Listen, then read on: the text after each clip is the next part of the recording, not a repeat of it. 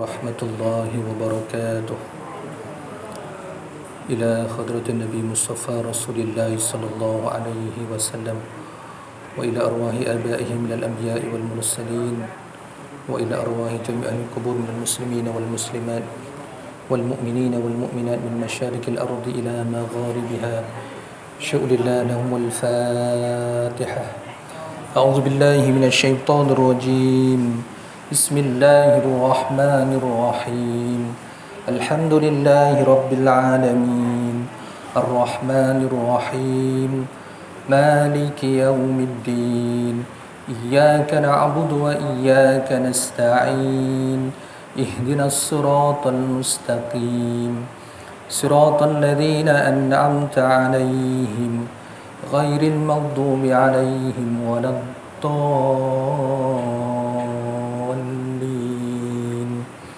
آمين. أعوذ بالله من الشيطان الرجيم. بسم الله الرحمن الرحيم.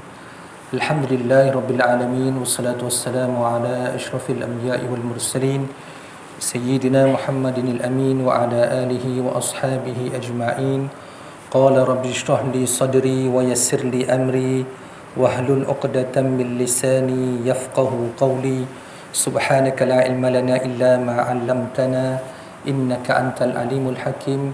رب يسر ولا تعسر ولا حول ولا قوة إلا بالله العلي العظيم.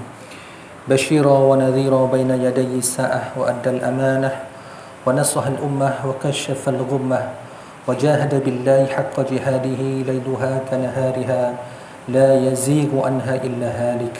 أشهد أن لا إله إلا الله وحده لا شريك له وأشهد أن سيدنا محمدا عبده ورسوله. اللهم صل وسلم على هذا النبي الكريم سيدنا محمد الأمين وعلى آله وأصحابه أجمعين. اللهم افتح علينا حكمتك وانشر علينا رحمتك وذكرنا ما نسينا يا ذا الجلال والإكرام. اللهم أخرجنا من ظلمات وهمي وافتح علينا معرفة العلم وسهل لنا أبواب فضلك وأتمم لنا نورنا يا أرحم الراحمين. اللهم لا سهل إلا ما جعلته سهلا وأنت تجعل الحسن والصعب إذا شئت رضي سهلا. أما بعد. Alhamdulillah, yang dihormati Tuan Imam, Tuan Bilal, ahli jawatan kuasa masjid, para asatizah, para tuan guru, ibu ayah, anak-anak yang dikasihi sekalian, marilah sama-sama kita rafakkan rasa syukur kita kepada Allah Subhanahu wa taala yang masih memberikan kepada kita nikmat iman, nikmat Islam, nikmat kesihatan, nikmat kelapangan, nikmat diberikan ketenangan, nikmat diberikan macam-macam nak sebut kan, sehingga kita dapat bersama-sama pada malam ini. Marilah juga sama-sama kita lafazkan kalimah syukur kepada Allah Subhanahu Wa Taala kerana Allah berikan kepada kita mata yang boleh melihat, telinga yang boleh mendengar, hidung yang boleh menghidu, seterusnya dapat menikmati kehidupan di atas muka bumi Allah ini sehingga ke hari ini. Alhamdulillah. Tuan-tuan, puan-puan rahmati Allah sekalian, sedar tak sedar hari ini berapa bulan? 8 Zulhijjah. Kan, dah dekat dah kan, 8 Zulhijjah, 9 Zulhijjah, 10 hari bulan wukuf, kemudian raya. Allahu Akbar. Bila tengok tadi kan, Allah sekejapnya lah kan, sekejap sangat rasa nak raya ni. Allahu Akbar. Penaja tetap berpesan tuan-tuan dan puan-puan, bulan korban ni perkara yang paling baik sekali untuk kita laksanakan adalah menyembelih korban. Itu pesanan penaja. So kalau siapa yang berkesempatan untuk menunaikan korban, silalah berbuat demikian. Rasanya belum terlambat Tu Haji ada lagi kan bahagian korban. Kalau tak sempat bahagian korban cari di Malaysia, bolehlah cari di luar negara. Kalau tak sempat, tapi kalau sempat buat di Malaysia, alhamdulillah. Kan? Dalam pertemuan kita yang lepas, kita dah berkira-kira kan, kalau 5 ekor lembu tumbang, seekor 8 orang, maksudnya kena cari 40 orang petugas. So harap-harap 40 petugas. So dah ada lah ya, 2 hari lagi nak sembelih. 2 hari lagi nak sembelih. Lembu pun telah dikenal pasti, pisau pun telah diasah. Elok juga kalau kita buat sikit ulang kaji kan, berkenaan dengan sunat ketika nak melaksanakan ibadah korban. Tapi kalau cerita tu kan tak habis kitab kita ni. Panjang ceritanya tuan-tuan. Jadi tuan-tuan dan rahmati Allah sekalian, insya-Allah pada malam ini kita nak teruskan pembacaan kita dalam kitab Fiqhul Manhaji. Kita masih lagi pada bab-bab yang awal, masih lagi bercerita tentang muqaddimah. Ada 4-5 muqaddimah yang kita kena baca, tuan-tuan dan puan-puan. Nak cerita hebatnya buku ini, muqaddimahnya pun 4 hingga 5 muqaddimah. Lepas satu, bila nak start ni Ustaz? Tak apa, sekejap lagi kita sampai insya-Allah. Jadi tuan-tuan dan puan-puan rahmati Allah sekalian, qala al-musannif rahimahullah wa nafa'ana bi ulumihi fi darain, muqaddimah pengarang kitabul manhaj fiqhul manhaji. Segala pujian bagi Allah Subhanahu wa taala, Tuhan semesta alam yang berfirman dalam kitabnya yang amat nyata. Falawla nafara min kulli firqatin minhum ta'ifatun liyatafaqahu fid din. Maksudnya, oleh itu hendaklah keluar sebahagian sahaja dari tiap-tiap puak di antara mereka, supaya orang-orang yang tinggal itu mempelajari secara mendalam ilmu yang dituntut di dalam agama. Tuan-tuan dan puan-puan, ayat ini adalah ayat surah At-Taubah ayat 122. Ayat ini biasanya digunakan oleh para pencinta ilmu, para penuntut ilmu, dijadikan sebagai hujah mereka keluar untuk menuntut ilmu. Saya duk ingat ni kalau baca ayat ni dulu zaman belajar dulu tuan-tuan bila senior-senior kita nak cerita pasal kelebihan menuntut ilmu, dia akan sebut ayat ni. Kita lah dikhabar sebahagian daripada orang yang keluar menuntut ilmu itu. Dan bila kita dapat ilmu, jangan lupa dia kata balik esok kongsikan kepada ahli keluarga kita. Kerana ayat ini menceritakan perihal bagaimana sekelompok daripada orang Islam pergi berperang pada jalan Allah, dan sekumpulan yang tinggal itu kena pergi menuntut ilmu. Dan ilmu yang dia dapat itu dia kena bawa balik, dia kena kongsi kepada kawan yang balik daripada berperang tadi. Nak cerita. Okey, ayat inilah yang akan diulang-ulang. Kenapa? Kerana menuntut ilmu itu fardu kifayah. Fardu ain bagi diri seorang kita. Tapi menjadi fardu kifayah kepada keseluruhan orang Islam yang tinggal dalam sesuatu keadaan, satu daerah ataupun tempat. Selawat dan salam ke atas penghulu kita Nabi Muhammad sallallahu alaihi wasallam, iaitu Rasul yang bersifat amanah dan pemimpin agung kepada umat Islam, yang bersabda, "May yuridillahu bihi khairan yufaqihu fid din." Hadis riwayat Bukhari ini bermaksud sesiapa yang Allah kehendaki kebaikan kepadanya, maka dia akan diberikan kefahaman tentang agama. Tuan-tuan dan puan-puan, sebenarnya orang yang Allah berikan kefahaman agama ini adalah orang yang Allah pilih. Bukan yang belajar agama saja dapat kefahaman agama. Jangan silap tu tuan-tuan dan puan-puan. Sebab itu kadang-kadang kita jumpa kata ustaz tapi tak berapa faham tentang agama. Contoh. Kerana apa tuan-tuan dan puan-puan? Sekarang ini kita jumpa ramai engineer yang lebih memahami agama dengan hebat. Kalau kita tengok di belah-belah Eropah sana, ramai saintis masuk Islam disebabkan pengajian mereka tuan-tuan. Kenapa? Dia mengkaji, dia tengok. Sehingga kalau kita ada satu cerita yang menarik yang dikongsikan, kisah bagaimana seorang Jepun memeluk Islam disebabkan oleh zarah air Zam-Zam yang dapat dipancarkan melalui teropong pula, apa dia panggil tu, mikroskop berkuasa tinggi.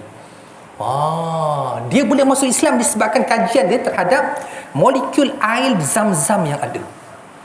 Dalam kisah yang pernah diceritakan oleh guru saya, dia kata dalam satu majlis yang besar, bila dipaparkan air di hadapan khalayak, maka berkata pengkaji tersebut, siapakah di antara kalian yang boleh merubah molekul air ini menjadi molekul yang lain? Jadi bangunlah seorang Tok Sami, dia pun baca-baca mentera dia, disembuh. Tak jadi apa tuan-tuan. Maksud molekul air itu jadi biasa je. Tapi bila seorang ustaz ni, dia bacakan Fatihah kepada air tersebut dan ditiupkan, molekul air itu berubah menjadi bersinar-sinar. Dan molekul air ini rupanya yang paling bersinar adalah molekul air Zam-Zam.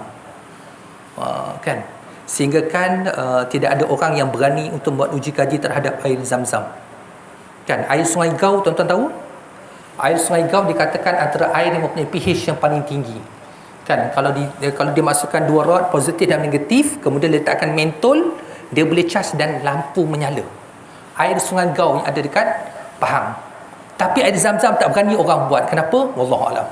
Takut meletup ke terbakar ke, wallahualam. Tapi nak cerita, molekul air ni cukup cantik. Dan molekul air itu boleh berubah kalau kita bacakan ayat suci Al-Quran. Sebab itu tuan-tuan dan puan-puan, kalau kita seorang perubat, seorang pengubat pengubat tradisional Islam, kita akan bacakan air suci kepada air tersebut, dan air tersebut kita minum ataupun kita berikan kepada orang yang kena histeria contohnya. So dia akan memberi kesan kepada makhluk yang ada dalam badan.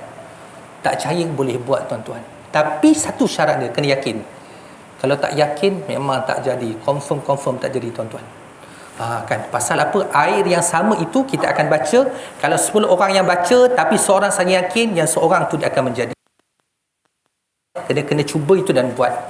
Alhamdulillah tak cakap tuan-tuan, nanti balik kalau sakit perut, ambil ni air ni, kan buka tutupnya macam ni, kemudian bacakan bismillah, kemudian bacakan 3 kul ayat kursi dan 3 kul, hembuskan pada dia, niatkan bahawa air ini dengan sebab ayat Al-Quran yang kita baca, dia menjadi syifa, dan kita minum, insya-Allah dia akan menyembuhkan penyakit.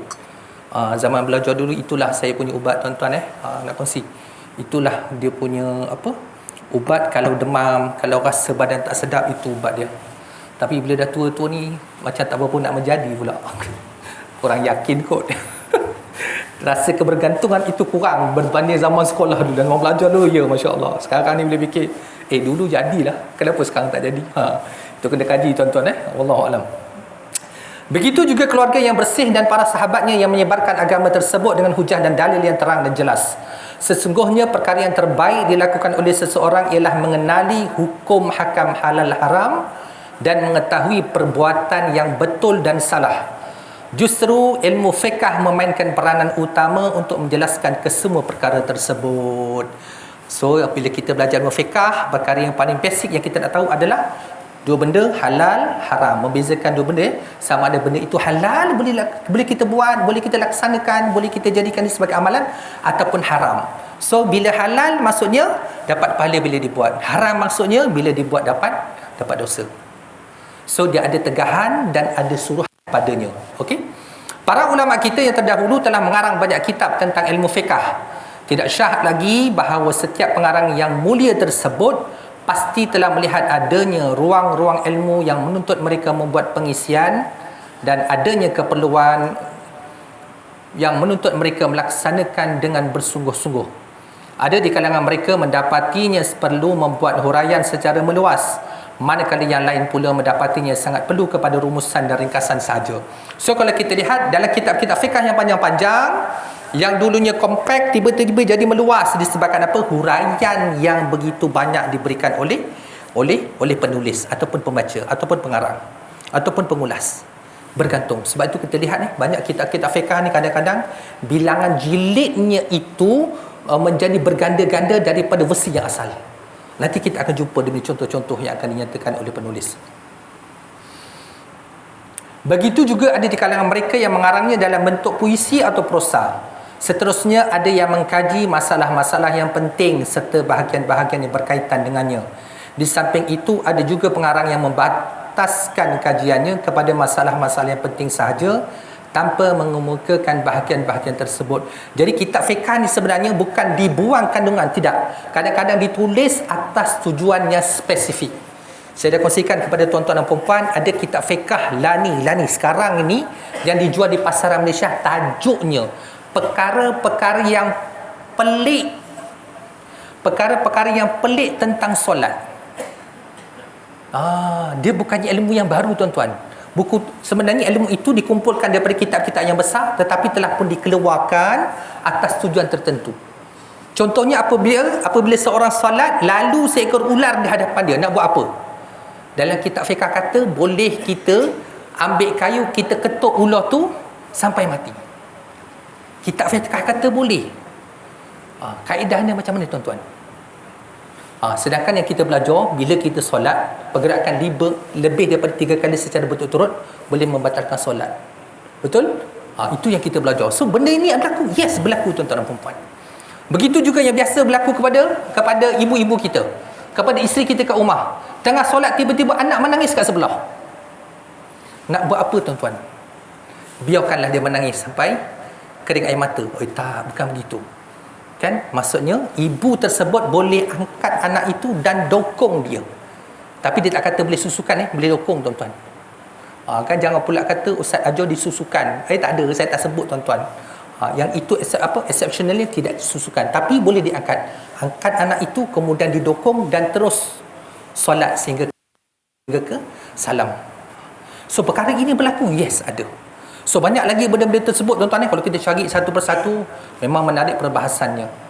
Oleh yang demikian, kami mendapati keperluan kepada sesuatu penulisan tentang fiqh yang membicarakan masalah-masalah yang penting beserta dalil-dalil Al-Quran dan Sunnah. So kitab ini dia bincangkan masalah fiqh, dia datangkan dalil daripada Al-Quran, datangkan dalil daripada Sunnah Nabi SAW, yang disertakan keterangan-keterangan tentang hikmah pensyariatannya yang terjangkau oleh pemikiran kami dalam bahasa yang mudah, di samping memperbanyakkan tajuk yang menjelaskan beberapa permasalahan lain.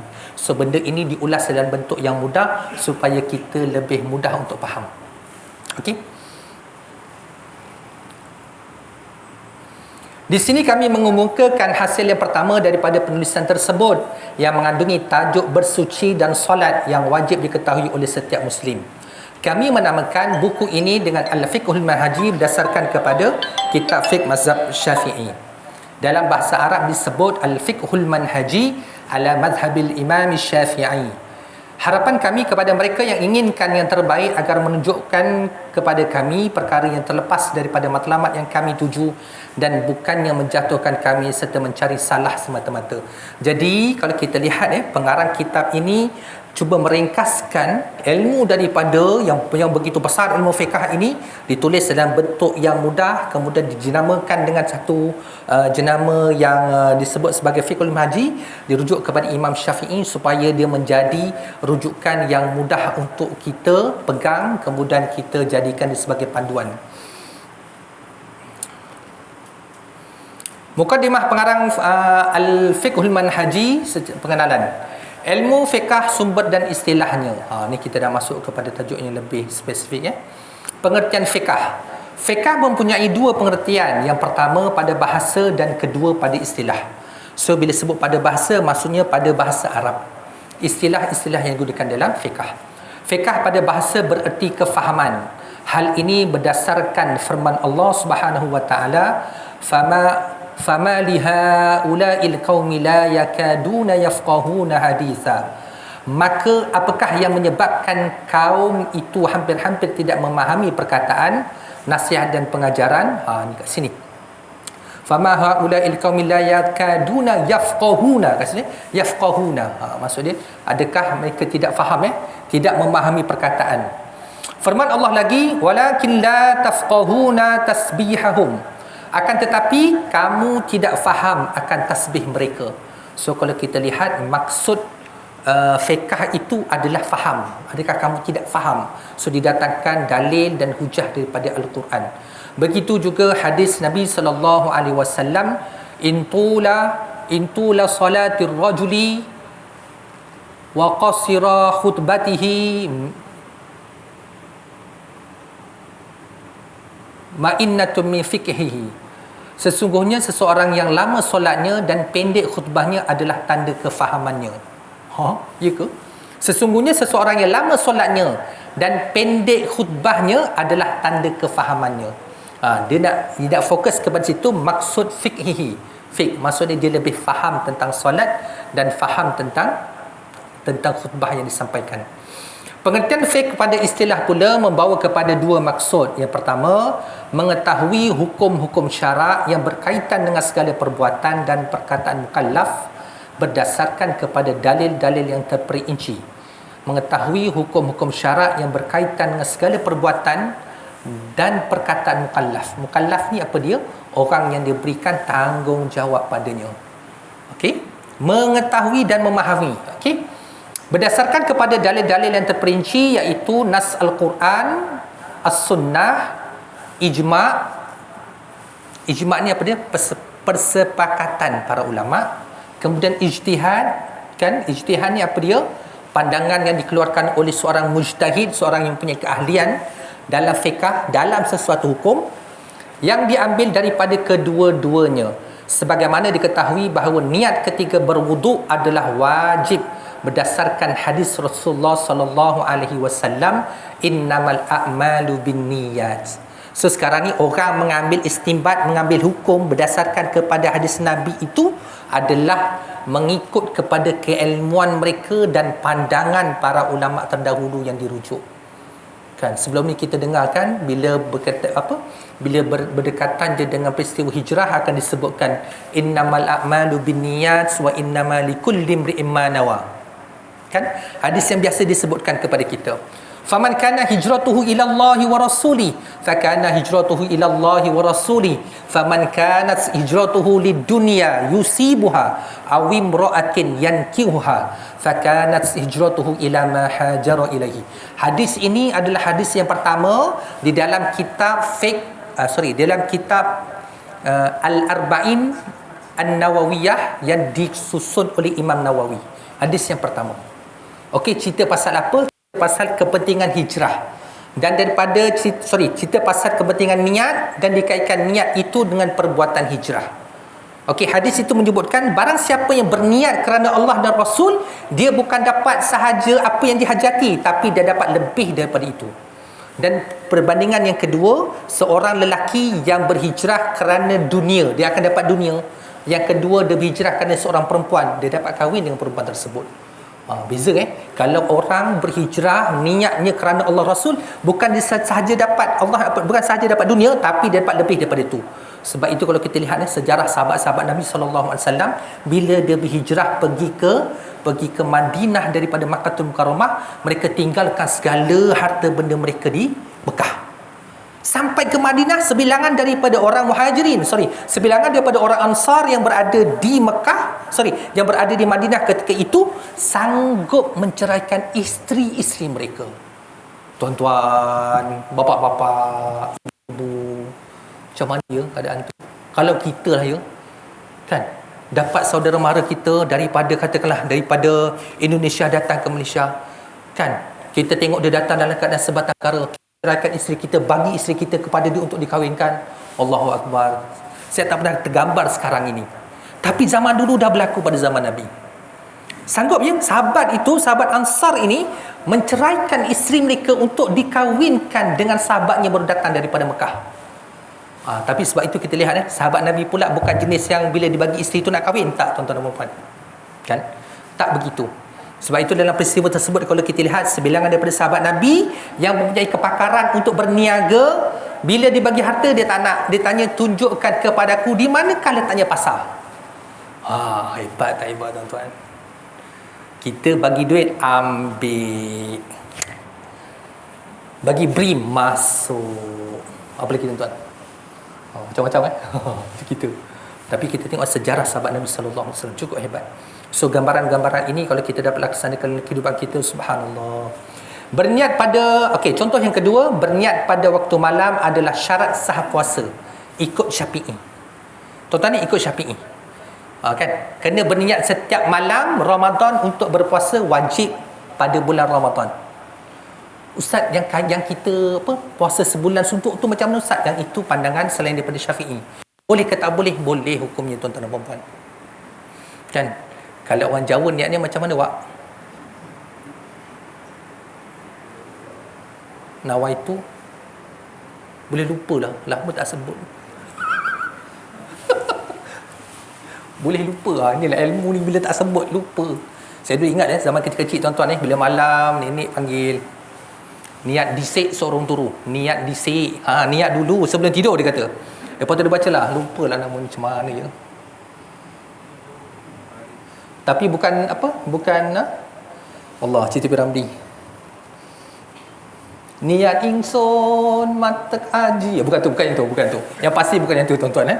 Jangan pula kan baca niat puasa begitu bunyinya. Tak kena tuan-tuan. Tapi sebenarnya untuk berniat ini tidak semestinya dalam bahasa Arab. Boleh juga dalam bahasa Melayu, boleh juga dalam logat Negeri Sembilan, logat Kelantan, Jawa pun tak ada masalah tuan-tuan dan puan. Yang itu cuma kalau kita dapat sebut dalam bahasa Arab, itu yang terbaik. Kenapa tuan-tuan dan puan? Kita nak tingkatkan amal kita kan? Kita nak tingkatkan amal kita. Kalau dulu zaman kita kecil, bolehlah dalam bahasa Melayu. Tapi bila kita dah semakin dewasa, sekarang dah jadi ayah, ada anak-anak, takkan kita nak sebutkan anak kita nak niat puasa baca macam gini, saja aku puasa kerana Allah Ta'ala. Boleh sebenarnya tuan-tuan dan puan, tak salah pun. Tapi kalau kita nak didik anak kita biarlah dapat dapat dewesinya yang asal. Kan? Bukan susah pun. Awal itu saum maghadin ananda ifardi Ramadan. Kata kan? Bila dibuat dalam bentuk lagu, macam-macam versi lah kita akan jumpa nanti. Okey, berikutnya.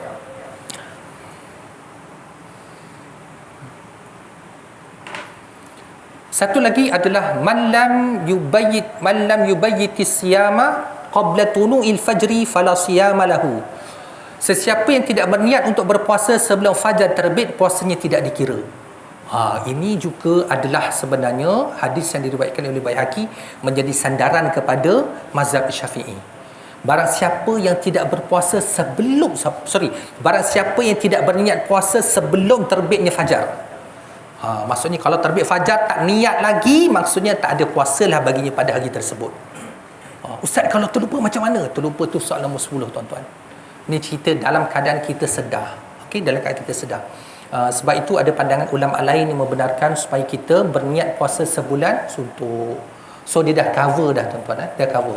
Dan alhamdulillah imam-imam kita pula selepas dia habis solat witir, kan, selepas doa solat witir memang dia akan baca niat pada setiap malam di bulan Ramadan. So diingatkan kita kembali pentingnya niat.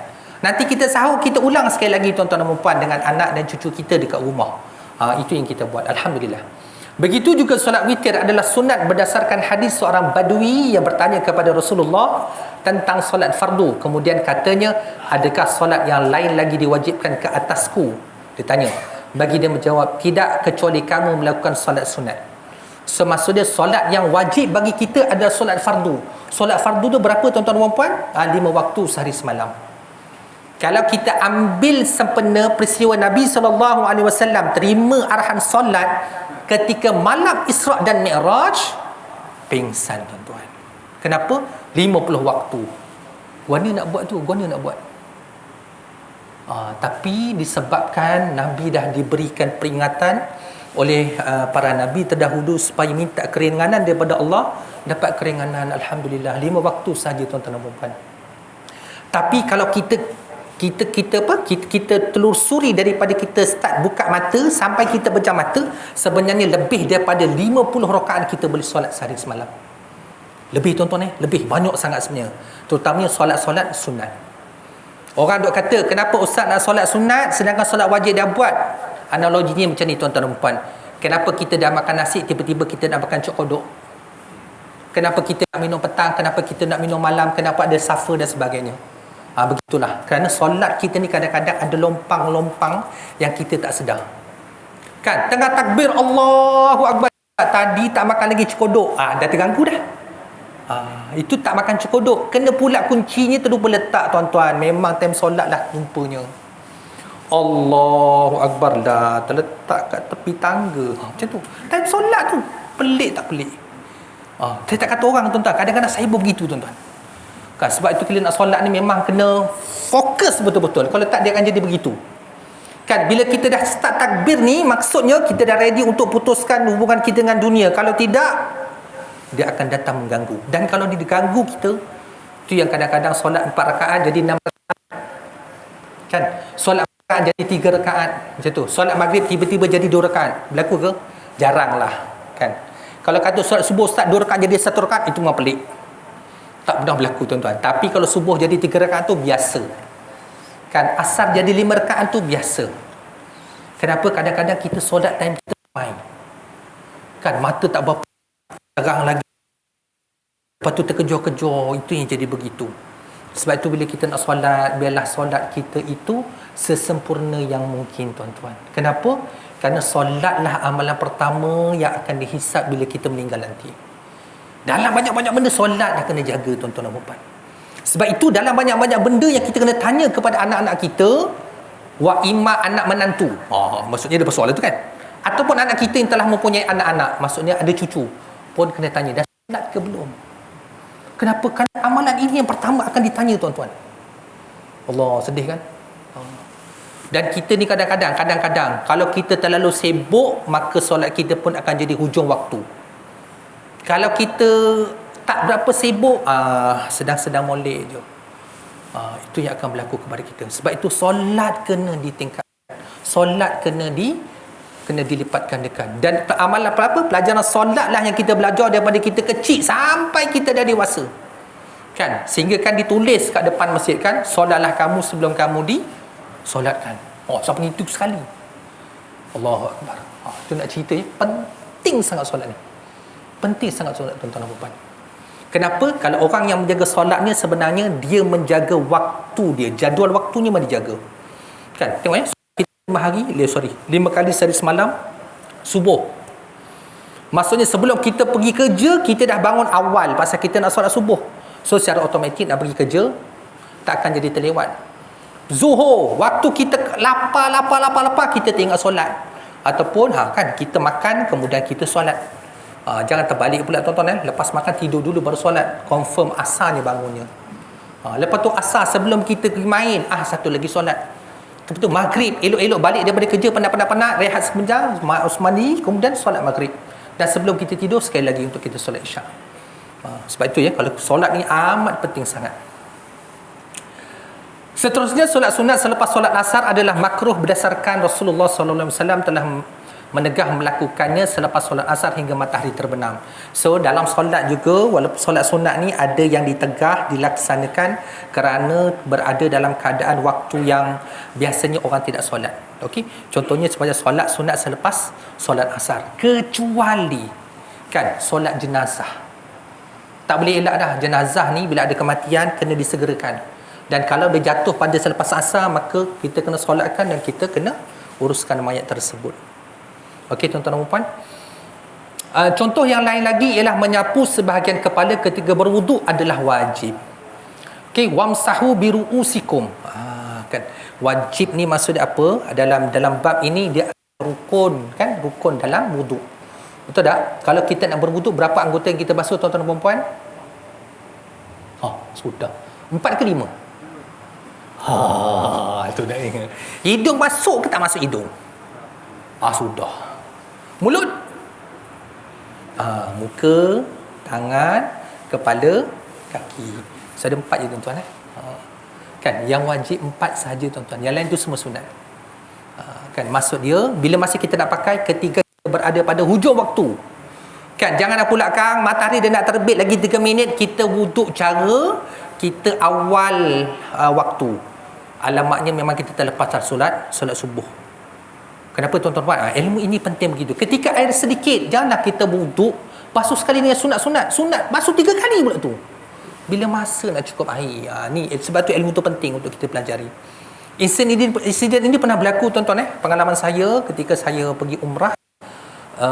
Rombongan kami ditahan oleh Pak Arab. So nak masuk ke Mekah tu lambat. Sampai waktu subuh tu tinggal saya 5 minit lagi. Masing-masing kalang kabut ni. Dah hujung waktu dah. Masa tu lah kita nampak kan, kita ni tak berbijak masa tu. Kita duduk basuh anggota wuduk kita 3 kali. 3 kali.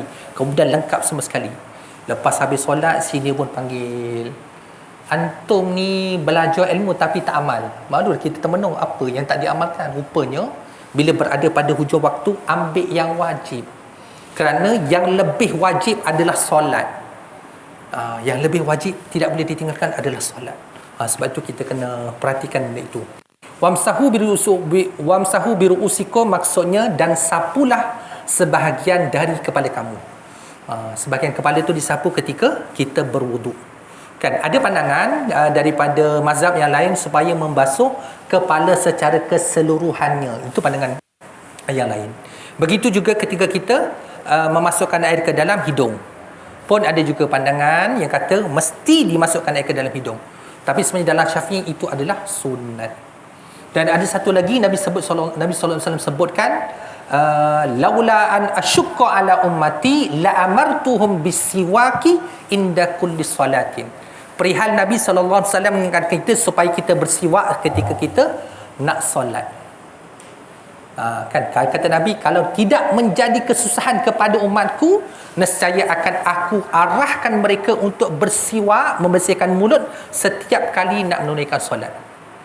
Maksudnya kalau kita memang mudah untuk bersiwak tu tuan-tuan dan puan-puan, kan dia tidak menggelikan, kan tidak menyebabkan orang rasa geli dan jijik, kita kena buat tuan-tuan dan puan. Itu adalah sunnah. Sunnah yang Nabi SAW tuntut untuk kita buat.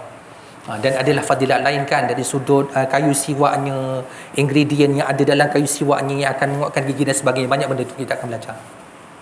Kedua, hukum syarak itu sendiri. Dah belum? Macam belum lagi? 2 minit lagi. Okey.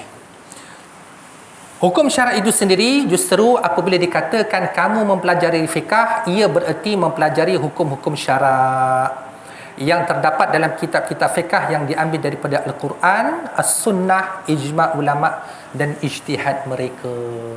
Bila sebut ijtihad, tuan-tuan dan puan-puan, ia berkaitan dengan keahlian seorang mujtahid.